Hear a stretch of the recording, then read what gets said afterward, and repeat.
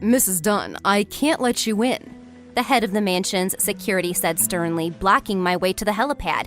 He used to be good to me. "That's right, I'm Mrs. Dunn. It's my house too. Get out of my way or I'll fire you." I didn't even think I could be so bossy. "Your husband said that you are deprived of your right to property. It is true, temporarily." This square cretin coldly rapped out and smiled disgustingly. You want to know why it all turned against me? Well, okay. My name is April, and this is the story of how I married the ugliest but richest guy for his money. I freaked out and went to the garage, where my faithful personal driver was always waiting for me. But the driver refused to drive me too. He just looked at me in disappointment and said that after what I'd done, he wouldn't even let me get in the car. "But we're friends. Help me." I pounded my fists desperately on the limo glass. "Mr. Dunn is my friend too. I never imagined that you could hurt his heart so much." The driver shook his head and turned away. "Well, I don't care. I'll take a cab myself." While I was hailing a cab, it started pouring rain, and they wouldn't even let me under the roof. Everyone in the mansion hated me.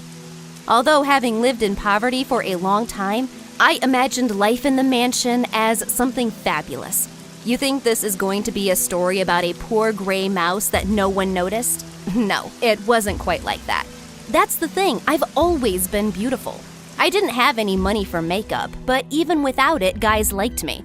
In fact, it was for my natural beauty that they valued me. But our life is not a love affair. Beauty doesn't matter to many people if you don't have a cent.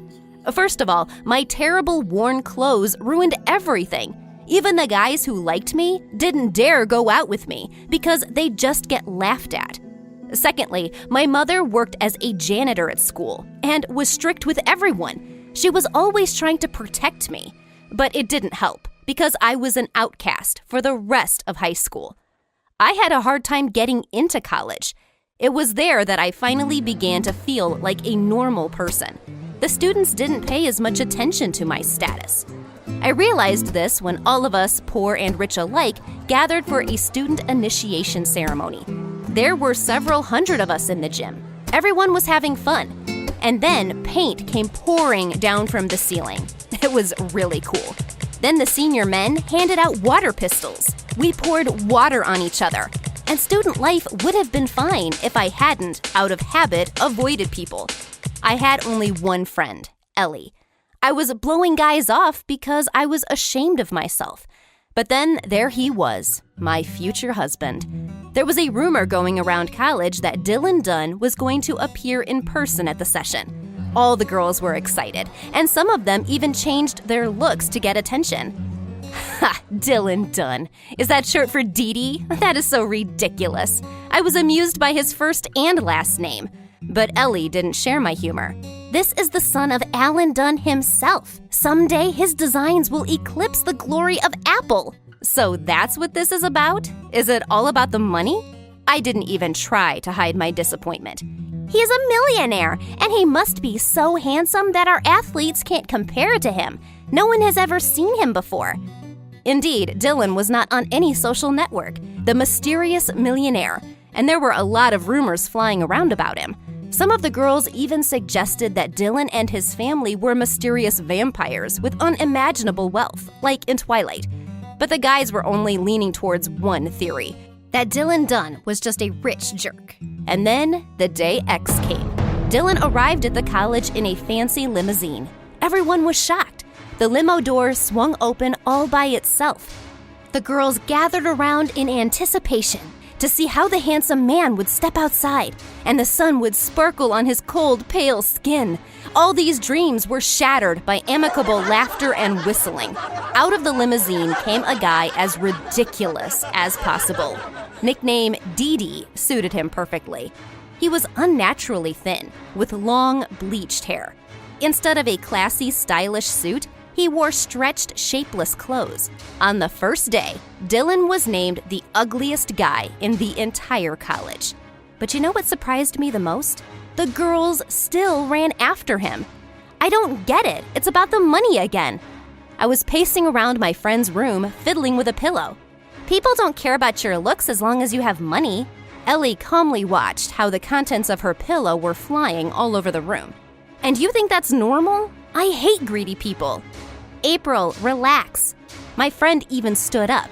Why does that worry you so much? Because I've never held more than $1,000 in my life. I've never had any money, and greenbacks ruined my life in high school. Everybody's so obsessed with it, they forget about humanity. And then I noticed that my friend's entire room was like covered in snow. I destroyed all the pillows. The worst part was realizing that secretly, I wanted to be rich too. I told Ellie one thing, and in my head I kept thinking about the fact that I wanted, for once, to feel what it was like to be rich. And soon I had a chance to find out. In front of a pair, Ellie caught me in the hallway and took me aside. "Dylan likes you!" Her eyes lit up with excitement. "Why would you think that?" "He looks at you in that way, and half the girls in college want to kill you for it." "That's ridiculous." I turned away and suddenly bumped into Dylan.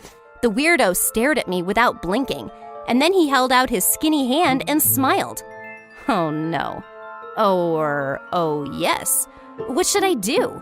My head simply shut off at this moment. It's not just a guy, it's a millionaire.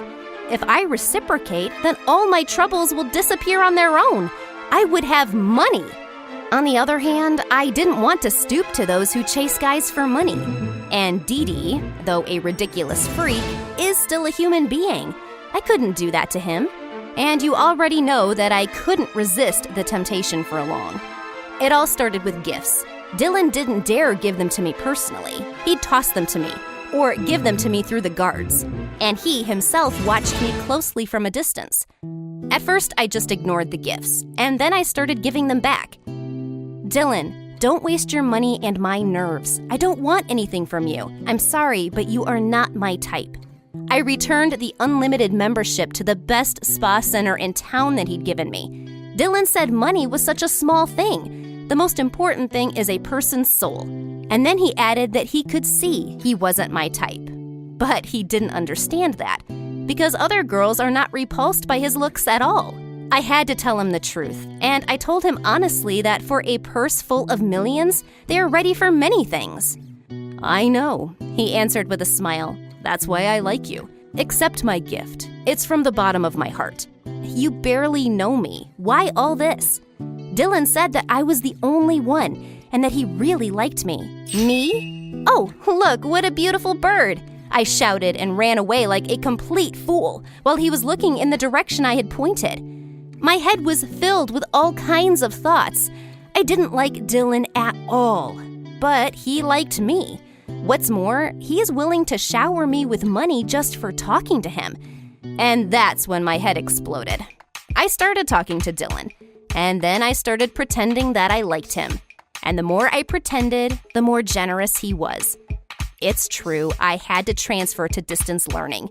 It became dangerous to be in college. Dylan's admirers gave me hell. Of course they thought it was because I was beautiful, so the main blow fell on my appearance. They pelted me with all sorts of nasty stuff and ruined my clothes. But the most cringeworthy part was ahead. They grabbed me and put a lot of self-tanner on me, and one of them took out a hair clipper and shaved me bald. I ended up being a bald bronze statue. But Dylan didn't turn his back on me and started spending even more money on me. And then we flew to Paris, and he proposed to me right at the top of the Eiffel Tower. I couldn't refuse. It wasn't out of love.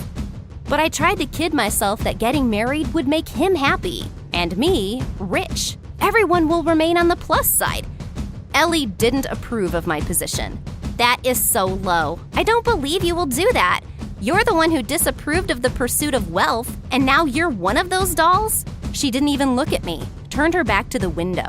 And then she continued, "You're taking advantage of him. I can't believe my friend has turned into such a monster." And we had a fight. She didn't even come to my fancy wedding. Now I was fabulously rich, but that didn't make me any happier. Money didn't warm my soul. And the longer I lived in Dylan's mansion, the worse I felt. Everyone here adored my husband for his kindness. Already at the age of 19, he was contributing huge sums to charity. What's more, as it turned out, he used to be handsome. Dylan ruined his own looks to show everyone that beauty is not the main thing. And he loved me very much. Everyone at the mansion respected and appreciated me, but no one knew what a snake I really was. The situation worsened when I realized I was falling in love with my husband. That's wonderful, you'll say. No, it's a total fiasco, I will answer. At least I used to be able to lie and play my part. But the warmer I felt about him, the harder it was to deal with my conscience. I wish I'd told him the truth right away, but I didn't. I don't know how he found out, but maybe Ellie did. Dee Dee drove away, and I was left in a mansion with people who hated me. That's why I was waiting for a cab in the pouring rain. I knew where Dylan was going. That's why I followed him, to tell him how I felt. Dylan, I love you for real. I couldn't hold back my tears, and I hugged him, but he pulled away. Why should I believe you? You're such a good liar. Dylan, I'm ready to lose all the money. I'm ready to go back to that trailer where I spent my entire childhood, as long as you forgive me and believe in my feelings. You don't have to give me a dime for the rest of my life, but I want to be with you. This conversation went on for a long time, and Dylan said he'd give me another chance. But now everyone would be watching me closely.